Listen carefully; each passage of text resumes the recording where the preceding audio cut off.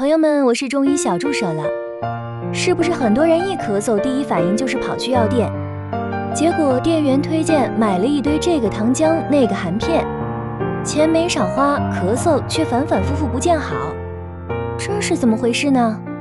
其实啊，咳嗽在中医看来分很多种，有受寒引起的，有上火引起的，有因为干燥，也有因为痰湿太重。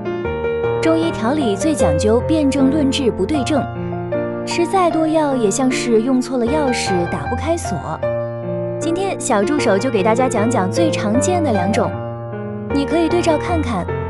第一种是风热咳嗽，如果你咳嗽比较频繁，喉咙又肿又痛，痰又黄又黏，还流黄鼻涕，这多半就是风热袭肺了。须经中医辨证为风热咳嗽症，有一个简单的代茶饮思路可以参考，用桑叶10克、菊花5克、薄荷叶3克，加点冰糖一起冲泡。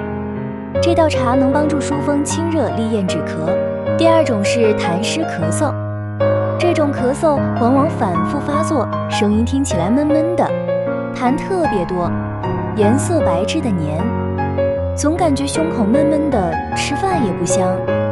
须经中医辨证为痰湿咳嗽症，可以试试用陈皮5克、茯苓10克煮水喝，有助于燥湿化痰、理气和中。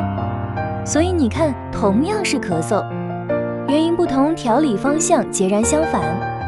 这些小茶方是在辨证清楚后，用于日常辅助调理的思路。但如果咳嗽严重或持续不好，一定要找专业医生当面诊断。